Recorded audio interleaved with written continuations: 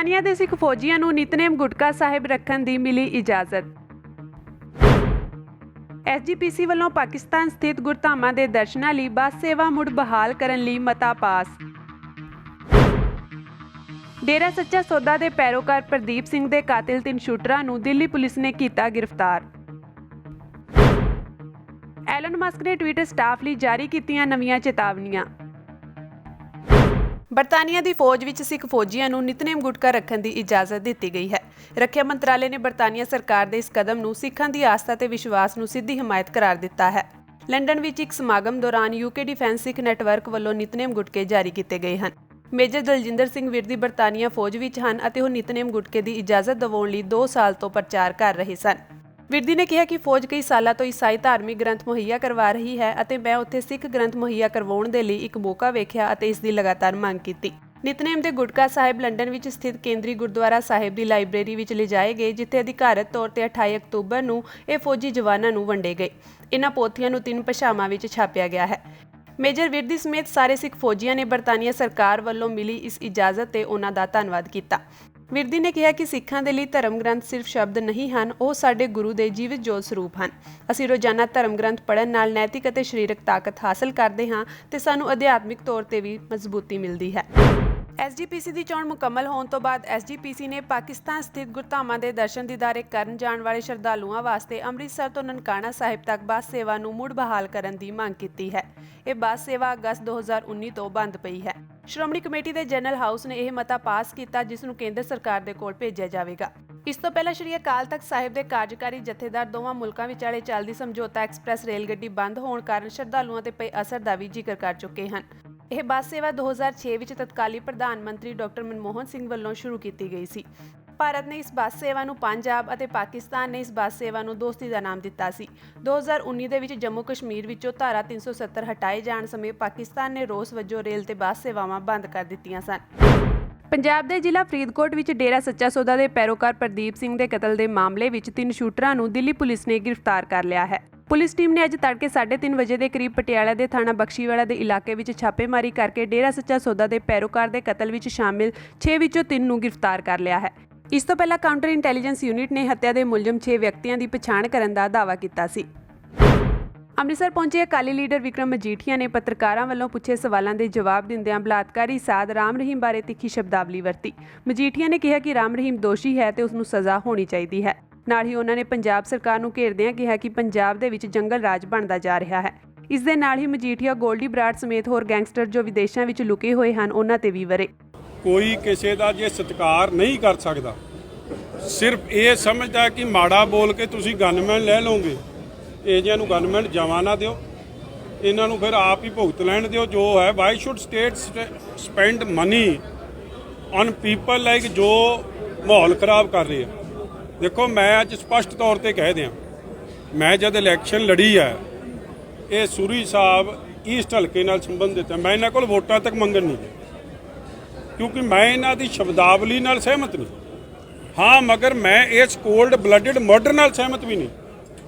ਇਹਦਾ ਇਹ ਮਤਲਬ ਨਹੀਂ ਕਿ ਕੋਈ ਇਹੋ ਜਿਹੀ ਸ਼ਬਦਾਵਲੀ ਵਰਤੇ ਤੇ ਕੋਈ ਕਿਸੇ ਨੂੰ ਕਾਨੂੰਨ ਆਪਦੇ ਹੱਥ 'ਚ ਲੈ ਲਵੇ, ਮੈਂ ਉਹਦੇ ਹੱਕ 'ਚ ਵੀ ਨਹੀਂ। ਮਗਰ ਇਹੋ ਜਿਹੀ ਸ਼ਬਦਾਵਲੀ ਵਰਤਣ ਵਾਲਿਆਂ ਨੂੰ ਕੋਈ ਹੋਵੇ, ਇੱਕ ਮੇਰੀ ਜੀ ਗੱਲ ਸੁਣ ਲਿਓ ਜੀ, ਕੋਈ ਹੋਵੇ, ਚਾਹੇ ਉਹ ਸਿੱਖ ਹੈ, ਚਾਹੇ ਉਹ ਹਿੰਦੂ ਭਾਈਚਾਰੇ ਤੋਂ ਹੈ, ਚਾਹੇ ਉਹ ਕਿਸੇ ਭਾਈਚਾਰੇ ਤੋਂ, ਇਹ ਕਿਸੇ ਨੂੰ ਇਹ ਅਲਾਓ ਨਹੀਂ ਕਰ ਸਕਦੇ ਕਿ ਜੋ ਮਰਜ਼ੀ ਕਿਸੇ ਧਰਮ ਬਾਰੇ ਕੋਈ ਕੁਝ ਬੋਲੇ। ਹਰ ਧਰਮ ਸਤਿਕਾਰਯੋਗ ਨੇ। ਔਰ ਗੁਰੂ ਸਾਹਿਬ ਨੇ ਸਭ ਤੋਂ ਪਹਿਲਾਂ, ਜੇ ਕੋਈ ਸੱਚਾ ਗੁਰੂ ਦਾ ਸ਼ਰਧਾਲੂ ਹੈ, ਜੇ ਕਿਸੇ ਇਸ਼ਟ ਨੂੰ ਮੰਨਦਾ, ਪ੍ਰਮਾਤਮਾ ਨੂੰ ਮੰਨਦਾ, ਤੇ ਭਾਈ ਪਹਿਲਾਂ ਇਨਸਾਨਾਂ ਦਾ ਸਤਿਕਾਰ ਕਰ ਲਓ, ਕਿਉਂਕਿ ਹਰ ਇਨਸਾਨ 'ਚ ਰੱਬ ਵੱਸਦਾ। ਇਸ ਲਈ ਮਗਰ 20 ਗਨਮੈਨ ਦਿੱਤੇ ਆ ਔਰ ਫਿਰ ਵੀ ਇਹ ਬ੍ਰੌਡ ਲਾਈਟ ਡੇ ਲਾਈਟ ਮਰਡਰ ਹੋ ਰਹੇ ਆ, ਤੇ ਫਿਰ ਤਾਂ ਕਲੈਪਸ ਹੀ ਹੈ ਨਾ ਜੀ। ਕਿਸੇ ਨੂੰ ਡਰ ਡੁਰ ਰਹਿ ਕੋਈ ਨਹੀਂ ਗਿਆ। ਇਹ ਵੀ ਅਸਲੀਅਤ ਹਾਲਾਤ ਨੇ। ਕੋਈ ਡਰ ਦੇ ਮਾਰੇ ਥਾਣੇ ਜਾ ਕੇ ਰਿਪੋਰਟ ਹੀ ਨਹੀਂ ਦਰਜ ਕਰਾ ਕੇ ਰਾਜੀ, ਉਹਨੂੰ ਪਤਾ ਹੈ ਸਾਡੀ ਹਿਫਾਜ਼ਤ ਕਰਨ ਜੋਗੇ ਨਹੀਂ। ਇਸ ਲਈ ਮੈਂ ਕੋਈ ਆਪਦੇ ਹੱਥ 'ਚ ਕਾਨੂੰਨ ਆਪਦੇ ਹੱਥ 'ਚ ਲਵੇ ਉਸ ਗੱਲ ਦੇ ਹੱਕ 'ਚ ਨਹੀਂ। ਮਗਰ ਜੇ ਕੋਈ ਮਾੜਾ ਬੋਲਦਾ, ਕਿਸੇ ਬਾਰੇ ਵੀ ਬੋਲਦਾ, ਧੀਆਂ ਭੈਣਾਂ ਬਾਰੇ ਬੋਲਦਾ, ਧਰਮ ਬਾਰੇ ਬੋਲਦਾ, ਫਿਰ ਉਹਨੂੰ ਫੜ ਕੇ ਅੰਦਰ ਦੇ ਦਿਓ, ਬੰਦ ਕਰਾਓ ਉਹਦਾ ਮੂੰਹ। ਮੌਕਾ ਹੀ ਨਾ ਦਿਓ ਮਾਹੌਲ ਖਰਾਬ ਕਰਨ ਦਾ। ਮਗਰ ਤੁਸੀਂ ਮੌਕਾ ਦਿੰਦੇ ਹੋ, ਜਦ ਮਾਹੌਲ ਖਰਾਬ ਹੋ ਜਾਂਦਾ ਫਿਰ ਕਹਿੰਦੇ ਹੋ ਹਾਲਾਤ ਕੀ ਬਣ ਗਏ। ਇਹਦੀ ਫੇਲੀਅਰ ਕੀ ਦੀ ਹੈ? Who's responsible? ਫੁੱਲ ਸਿਕਿਉਰਿਟੀ ਹਰ ਪੰਜਾਬੀ ਨੂੰ, ਚਾਹੇ ਉਹ ਸਿੱਖ ਹੈ, ਹਿੰਦੂ ਭਾਈਚਾਰੇ ਦਾ, ਕ੍ਰਿਸਚਨ ਭਾਈਚਾਰੇ ਦਾ, ਮੁਸਲਮਾਨ ਭਾਈਚਾਰੇ ਦਾ, ਦੇਸ਼ ਦਾ ਨਾਗਰਿਕ ਹੈ, ਪੰਜਾਬੀ ਹੈ, ਉਹਨੂੰ ਸਿਕਿਉਰਿਟੀ ਦੇਣਾ ਸਰਕਾਰਾਂ ਦਾ ਫਰਜ਼ ਹੈ, ਜਿੱਥੇ ਸਰਕਾਰ ਫੇਲ ਹੋ। ਤੁਹਾਨੂੰ ਲੱਗਦਾ ਨਹੀਂ ਵੀ ਬੇਅਦਬੀ ਦਾ ਬਦਲਾ ਲਿਆ ਗੋਲਡੀ ਬਰਾੜ ਵੱਲੋਂ ਜਿਹੜਾ ਇੱਕ ਉਹ ਭਾਈ ਮੇਰੀ ਬੇਨਤੀ ਇਹ ਹੈ, ਹੂ ਦਾ ਹੈਲ is Goldy Brar? Bun Joker Majithia ਕਹੇ ਜੇ ਗੋਲਡੀ ਫੋਲਡੀ ਬੇਵਕੂਫ ਬੰਦਿਆਂ ਬਾਰੇ ਬਿਆਨ ਨਹੀਂ ਦਿੰਦਾ ਹੁੰਦਾ, ਠੀਕ ਹੈ ਜੀ। ਕੱਲ ਕੋਈ ਉੱਠ ਕੇ ਕੁਝ ਕਹਿ ਦੂਗਾ ਜੀ। ਦੇਸ਼ 'ਚ ਕਾਨੂੰਨ ਹੈ, ਸੰਵਿਧਾਨ ਹੈ, ਉਸ ਕਾਨੂੰਨ ਤੇ ਸੰਵਿਧਾਨ 'ਚ ਵਿਸ਼ਵਾਸ ਰੱਖੋ। ਜੇ ਦੇਸ਼ 'ਚ ਵਿਸ਼ਵਾਸ ਰੱਖਦੇ ਹੋ, ਕੱਲ ਤੁਹਾਨੂੰ ਕਿਸੇ ਦਾ ਚਿਹਰਾ ਪਸੰਦ ਨਹੀਂ ਆਊਗਾ। ਕਿਸੇ ਨੇ ਕੋਈ ਗਲਤ ਕੰਮ ਕੀਤਾ ਉਹਨੂੰ ਸਜ਼ਾ ਕੋਰਟ ਕਚਹਿਰੀਆਂ ਨੇ ਦੇਵਣ, ਮਗਰ ਤੁਸੀਂ ਕਾਨੂੰਨ ਨੂੰ ਆਪਦੇ ਹੱਥ 'ਚ ਲੈਣ 'ਚ ਮੈਂ ਤਾਂ ਨਹੀਂ ਕਿਸੇ ਨੂੰ ਕਹਿ ਸਕਦਾ ਲਓ, ਜਿਹਨੇ ਲੈਣਾ ਫਿਰ ਭੁਗਤੇ। ਸਰਕਾਰ ਵੱਲੋਂ ਜਿਹੜਾ ਸਮੇਂ ਦਾ ਜਿਹੜਾ ਹਾਂਜੀ ਸਰਕਾਰ ਵੱਲੋਂ ਕੋਈ ਜਿਹੜੀਆ ਫੈਸਲਾ ਨਹੀਂ ਲਿਆ ਜਾ ਸਕਿਆ, ਜਿਹਦੇ ਚੱਲਦਿਆਂ ਹਾਂਜੀ ਸਰਕਾਰ ਵੱਲੋਂ ਲੱਗਦਾ ਨਹੀਂ ਵੀ ਲੇਟ ਆ ਜਿਹੜਾ ਬੇਅਦਬੀ ਦਾ ਫੈਸਲਾ, ਵੀ ਸਰਕਾਰ ਕਹਿੰਦੀ ਕਿ 24 ਘੰਟਿਆਂ ਦੇ ਵਿੱਚ ਜਾਂ ਕੁਝ ਸਮੇਂ ਦੇ ਵਿੱਚ। ਉਹ ਜੀ ਬੇਅਦਬੀ ਤੇ ਸਿਰਫ ਸਿਆਸਤ ਹੁੰਦੀ ਆ। ਸਭ ਤੋਂ ਵੱਡਾ ਇੱਥੇ ਸਿਆਸੀ ਬੰਦਾ ਤਾਂ ਕੁੰਵਰ ਵਿਜੇ ਪ੍ਰਤਾਪ ਹੈ। ਹਰ ਬੰਦਾ ਇੱਥੇ ਸਿਆਸਤ ਕਰਨ ਤੇ ਹੋਇਆ। ਜੋ ਸੱਚਾਈ ਆ ਉਹ ਸਾਹਮਣੇ ਆਵੇ, ਉਹ 'ਚ ਸੱਚਾਈ ਦੇ ਹਿਸਾਬ ਨਾਲ ਬੇਅਦਬੀ ਦੇ ਪਰਚਿਆਂ ਦਾ ਚਲਾਨ ਹੋ ਗਿਆ, ਕੋਰਟ ਨੇ ਫੈਸਲਾ ਦੇ ਦਿੱਤਾ। ਮਗਰ ਇੱਥੇ ਸਿਆਸਤ ਕਰਨ ਵਾਲੇ ਕਈ ਕਰਦੇ, ਉਹਨਾਂ ਨੇ ਆਪਦੀ ਰੋਟੀ ਸੇਕਣੀ ਸੇਕੀ ਜਾਣ, ਮਗਰ ਪੰਜਾਬ ਦਾ ਮਾਹੌਲ ਨਾ ਖਰਾਬ ਕਰਨ। ਸੱਚਾਈ ਸਾਹਮਣੇ ਆਵੇ, ਬੇਅਦਬੀ ਦਾ ਦੁੱਖ ਹੈ, ਉਹ ਨਹੀਂ ਹੋਣੀ ਚਾਹੀਦੀ, ਅੱਜ ਵੀ ਹੋ ਰਹੀਆਂ ਨੇ। ਰੰਗਲਾ ਪੰਜਾਬ ਦੀ ਗੱਲ ਕਹੀ ਸੀ ਕਿ ਰੰਗਲਾ ਪੰਜਾਬ ਹਾਂਜੀ ਰੰਗਲਾ ਪੰਜਾਬ ਦੀ ਗੱਲ ਕਹੀ ਸੀ ਕਿ ਰੰਗਲਾ ਪੰਜਾਬ ਬਣਾਓ। ਉਹ ਜਿਨ੍ਹਾਂ ਨੇ ਉਹ ਕਰਾ ਲਏ, ਫਿਰ ਉਹਨਾਂ ਨੇ ਹਰੇਕ ਦਾ ਤਾਂ ਰੋਜ਼ ਵਿਆਹ ਹੋ ਜਾਂਦਾ, ਬਣਾਈ ਜਾਂਦੇ ਰੰਗਲਾ ਪੰਜਾਬ। ਵਧਾਈ ਦਿਓ ਉਹਨਾਂ ਨੂੰ। ਦੂਜੇ ਪਾਸੇ ਸ਼੍ਰੋਮਣੀ ਅਕਾਲੀ ਦਲ ਦੇ ਪ੍ਰਧਾਨ ਸੁਖਬੀਰ ਸਿੰਘ ਬਾਦਲ ਨੇ ਪੱਤਰਕਾਰਾਂ ਨਾਲ ਗੱਲਬਾਤ ਦੌਰਾਨ ਮਾਨ ਸਰਕਾਰ ਤੇ ਤੰਜ ਕੱਸਦਿਆਂ ਕਿਹਾ ਕਿ ਪੰਜਾਬ ਦੀ ਹਾਲਤ ਇਸ ਵੇਲੇ ਉਸ ਗੱਡੀ ਵਰਗੀ ਹੈ ਜਿਸ ਦੀ ਜ਼ਿੰਮੇਵਾਰੀ ਕਿਸੇ ਅਨਾੜੀ ਡਰਾਈਵਰ ਦੇ ਹੱਥ ਦਿੱਤੀ ਹੋਈ ਹੈ ਤੇ ਦੁਰਘਟਨਾ ਕਿਸੇ ਵੀ ਸਮੇਂ ਹੋ ਸਕਦੀ ਹੈ। ਉਹਨਾਂ ਮਾਨ ਸਰਕਾਰ ਦੇ ਸੱਤਾ ਵਿੱਚ ਆਉਣ ਤੋਂ ਲੈ ਕੇ ਹੁਣ ਤੱਕ ਦੇ ਸਮੇਂ ਵਿੱਚ ਹੋਈਆਂ ਵਾਰਦਾਤਾਂ ਦਾ ਵੀ ਜ਼ਿਕਰ ਕੀਤਾ। ਸੁਖਬੀਰ ਬਾਦਲ ਨੇ ਆਪ ਵਿਧਾਇਕ ਅਨਮੋਲ ਗਗਨ ਮਾਨ ਤੇ ਵੀ ਨਿਸ਼ਾਨੇ ਸਾਧੇ ਕਿ ਅੱਜ ਪੰਜਾਬ ਦੇ ਹਾਲਾਤ ਉਹ ਹੈ ਜਿਵੇਂ ਇੱਕ ਅਨਾੜੀ ਨੂੰ ਇੱਕ ਗੱਡੀ ਚਲਾਉਣ ਨੂੰ ਦੇ ਦਿਓ, ਐਕਸੀਡੈਂਟ ਹੋਣਾ ਹੀ ਹੋਣਾ ਹੈ। ਪਿਛਲੇ 6 ਮਹੀਨਿਆਂ ਦੇ ਅੰਦਰ ਕਤਲ ਹੋ ਰਿਹਾ, ਗੈਂਗਸਟਰ ਰਾਜ ਕਰ ਰਿਹਾ, ਲੁੱਟਾਂ ਹੋ ਰਹੀਆਂ, ਦਿਨੇ ਡਕੈਤੀਆਂ ਹੋ ਰਹੀਆਂ। ਜਿੰਨੇ ਗੈਂਗਸਟਰ ਹੈ ਮੈਨੂੰ ਲੱਗਦਾ ਹਜ਼ਾਰਾਂ ਲੋਕਾਂ ਤੋਂ ਫਰੌਤੀਆਂ ਲਈ ਜਾਂਦੇ ਆ, ਕੋਈ ਕੰਟਰੋਲ ਹੀ ਹੈ ਨਹੀਂ। ਤੇ ਮੈਨੂੰ ਤਾਂ ਦੁੱਖ ਹੈ ਜਿਹੜਾ ਇਸ ਗੱਲ ਦਾ ਹੈ ਕਿ ਅਗਲੇ 4 ਸਾਲ ਕਿਵੇਂ ਟੱਪਣਗੇ। ਅੱਜ ਸਾਰੇ ਲੋਕੀ ਦੁਖੀ ਹੈ। ਮੁੱਖ ਮੰਤਰੀ ਨਾਂ ਦੀ ਕੋਈ ਚੀਜ਼ ਹੀ ਨਹੀਂ, ਸਰਕਾਰ ਨਾਂ ਦੀ ਕੋਈ ਚੀਜ਼ ਹੀ ਨਹੀਂ ਹੈ। ਮੈਂ ਪਤਾ ਕੀਤਾ ਕਿ ਖਰੜ ਹਲਕੇ ਦੀ ਐਮਐਲਏ ਕਿਤੇ ਆਈ ਹੈ, ਹੁਣੀ ਪੁੱਛ ਰਿਹਾ ਸੀ ਕਿ ਇੱਕ ਦਿਨ ਨਹੀਂ ਦਿਖਾਈ ਦਿੱਤੀ। ਫਿਰ ਉਹ ਐਮਐਲਏ ਬਣ ਕੇ ਸਾਰੇ ਕਰ ਕੀ ਰਹੇ ਹੈ। ਅੱਜ ਪੰਜਾਬ ਦੇ ਆਮ ਆਦਮੀ ਪਾਰਟੀ ਦੀ ਸਰਕਾਰ ਇੱਥੇ ਨਹੀਂ ਹੈ, ਗੁਜਰਾਤ 'ਚ ਬੈਠੀ ਹੈ। ਇੱਥੇ ਲੋਕ ਲੁੱਟੇ ਜਾ ਰਹੇ, ਮਾਰੇ ਜਾ ਰਹੇ, ਤੇ ਸਰਕਾਰ ਗੁਜਰਾਤ 'ਚ ਬੈਠੀ ਹੈ। ਇਹ ਤਾਂ ਮਾੜਾ ਹੱਲ ਕੀ ਹੋ ਸਕਦਾ। ਚੋਣ ਕਮਿਸ਼ਨ ਨੇ ਕਿਹਾ ਹੈ ਕਿ ਗੁਜਰਾਤ ਅਤੇ ਹਿਮਾਚਲ ਪ੍ਰਦੇਸ਼ 'ਚ ਵਿਧਾਨ ਸਭਾ ਚੋਣਾਂ ਤੋਂ ਪਹਿਲਾਂ ਨਕਦੀ ਸ਼ਰਾਬ ਅਤੇ ਮੁਫਤ ਤੋਹਫੇ ਰਿਕਾਰਡ ਪੱਧਰ ਤੇ ਜ਼ਬਤ ਕੀਤੇ ਗਏ ਹਨ। ਹਿਮਾਚਲ ਵਿੱਚ 12 ਨਵੰਬਰ ਨੂੰ ਵੋਟਾਂ ਪੈਣਗੀਆਂ, ਜਦਕਿ ਗੁਜਰਾਤ ਵਿੱਚ 1 ਅਤੇ 5 ਦਸੰਬਰ ਨੂੰ ਵੋਟਾਂ ਪੈਣਗੀਆਂ। ਚੋਣ ਕਮਿਸ਼ਨ ਨੇ ਕਿਹਾ ਕਿ 2017 ਦੀਆਂ ਵਿਧਾਨ ਸਭਾ ਚੋਣਾਂ ਦੇ ਮੁਕਾਬਲੇ ਹਿਮਾਚਲ ਪ੍ਰਦੇਸ਼ ਵਿੱਚ ਅਜਿਹੀਆਂ ਵਸਤੂਆਂ ਦੀ ਬਰਾਮਦਗੀ ਵਿੱਚ 5 ਗੁਣਾ ਵਾਧਾ ਹੋਇਆ ਹੈ।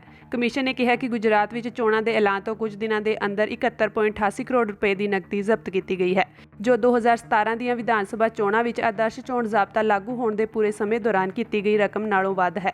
ਇਸੇ ਤਰ੍ਹਾਂ ਹਿਮਾਚਲ ਪ੍ਰਦੇਸ਼ ਵਿੱਚ ਵੀ 2017 ਦੇ 9.3 ਕਰੋੜ ਰੁਪਏ ਦੇ ਮੁਕਾਬਲੇ 50.28 ਕਰੋੜ ਰੁਪਏ ਬਰਾਮਦ ਕੀਤੇ ਗਏ ਹਨ, ਜੋ ਪਿਛਲੇ ਨਾਲੋਂ 5 ਗੁਣਾ ਵੱਧ ਹੈ। ਸਾਬਕਾ ਪ੍ਰਧਾਨ ਮੰਤਰੀ ਰਾਜੀਵ ਗਾਂਧੀ ਹੱਤਿਆਕਾਂਡ ਵਿੱਚ ਸੁਪਰੀਮ ਕੋਰਟ ਨੇ ਉਮਰ ਕੈਦ ਦੀ ਸਜ਼ਾ ਕੱਟ ਰਹੇ ਦੋਸ਼ੀਆਂ ਨਲਿਨੀ ਸ਼੍ਰੀਹਰਨ ਅਤੇ ਆਰਪੀ ਰਵੀਚੰਦਰਨ ਨੂੰ ਰਿਹਾ ਕਰਨ ਦਾ ਹੁਕਮ ਦਿੱਤਾ ਹੈ। ਸਰਵਉੱਚ ਅਦਾਲਤ ਨੇ ਇਹਨਾਂ ਤੋਂ ਇਲਾਵਾ 4 ਹੋਰਾਂ ਨੂੰ ਵੀ ਰਿਹਾ ਕਰਨ ਦਾ ਹੁਕਮ ਦਿੱਤਾ ਹੈ। ਇਹਨਾਂ ਦੀ ਰਿਹਾਈ ਤੋਂ ਬਾਅਦ ਕਾਂਗਰਸ ਨੇ ਕਿਹਾ ਕਿ ਨਲਿਨੀ ਸ਼੍ਰੀਹਰਨ ਅਤੇ ਆਰਪੀ ਰਵੀਚੰਦਰਨ ਨੂੰ ਸਮੇਂ ਤੋਂ ਪਹਿਲਾਂ ਰਿਹਾ ਕਰਨ ਦਾ ਸੁਪਰੀਮ ਕੋਰਟ ਦਾ ਇਹ ਫੈਸਲਾ ਪੂਰੀ ਤਰ੍ਹਾਂ ਅਸਵੀਕਾਰਨਯੋਗ ਅਤੇ ਗਲਤ ਹੈ।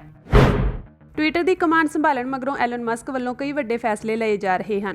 ਇਸ ਦੇ ਚੱਲਦਿਆਂ ਕਈ ਕਰਮਚਾਰੀਆਂ ਦੀ ਛਾਂਟੀ ਵੀ ਕੀਤੀ ਗਈ ਅਤੇ ਕਈ ਕਰਮਚਾਰੀਆਂ ਨੇ ਆਪ ਹੀ ਅਸਤੀਫੇ ਦੇ ਦਿੱਤੇ। ਹੁਣ ਐਲਨ ਮਸਕ ਨੇ ਟਵਿੱਟਰ ਸਟਾਫ ਲਈ ਨਵੀਆਂ ਚੇਤਾਵਨੀਆਂ ਜਾਰੀ ਕੀਤੀਆਂ ਹਨ। ਇੱਕ ਰਿਪੋਰਟ ਅਨੁਸਾਰ ਟਵਿੱਟਰ ਦੇ ਕਰਮਚਾਰੀਆਂ ਨੂੰ ਹਰ ਹਫ਼ਤੇ 80 ਘੰਟੇ ਕੰਮ ਕਰਨਾ ਹੋਵੇਗਾ। ਇਸ ਦੇ ਨਾਲ ਹੀ ਕੰਪਨੀ ਵੱਲੋਂ ਦਿੱਤੀਆਂ ਜਾਣ ਵਾਲੀਆਂ ਸਹੂਲਤਾਂ ਵਿੱਚ ਵੀ ਕਟੌਤੀ ਕੀਤੀ ਗਈ ਹੈ। ਐਲਨ ਮਸਕ ਨੇ ਇਹ ਵੀ ਸਪਸ਼ਟ ਕੀਤਾ ਹੈ ਕਿ ਕੋਰੋਨਾ ਮਹਾਮਾਰੀ ਦੌਰਾਨ ਦਿੱਤੀਆਂ ਗਈਆਂ ਸਹੂਲਤਾਂ ਖਤਮ ਕਰ ਦਿੱਤੀਆਂ ਗਈਆਂ ਹਨ। ਇਹਨਾਂ ਵਿੱਚ ਘਰ ਤੋਂ ਕੰਮ ਕਰਨ ਦੀ ਸਹੂਲਤ ਨੂੰ ਵੀ ਖਤਮ ਕਰ ਦਿੱਤਾ ਗਿਆ ਹੈ। ਰਿਪੋਰਟ ਅਨੁਸਾਰ ਐਲਨ ਮਸਕ ਨੇ ਕਿਹਾ, ਜੇਕਰ ਤੁਸੀਂ ਨਹੀਂ ਆਉਣਾ ਚਾਹੁੰਦੇ ਹੋ ਤਾਂ ਤੁਹਾਡਾ ਅਸਤੀਫਾ ਮਨਜ਼ੂਰ ਹੈ। ਕੰਪਨੀ ਦੇ ਭਵਿੱਖ ਅਤੇ ਵਿੱਤੀ ਹਾਲਾਤ ਤੇ ਗੱਲ ਕਰਦਿਆਂ ਮਸਕ ਨੇ ਕਿਹਾ ਕਿ ਕੰਪਨੀ ਨੂੰ $8 ਸਬਸਕ੍ਰਿਪਸ਼ਨ ਪ੍ਰੋਡਕਟ ਬਣਾਉਣ ਦੀ ਲੋੜ ਹੈ। ਇਸ ਤੋਂ ਇਲਾਵਾ ਐਲਨ ਮਸਕ ਕਰਮਚਾਰੀਆਂ ਨੂੰ ਕੰਪਨੀ ਦੀ ਖਸਤਾ ਹਾਲਾਤ ਦਾ ਹਵਾਲਾ ਦਿੰਦੇ ਹੋਏ ਟਵਿੱਟਰ ਦੇ ਦਿਵਾਲੀਆ ਹੋਣ ਦਾ ਡਰ ਵੀ ਦਿਖਾ ਚੁੱਕੇ ਹਨ।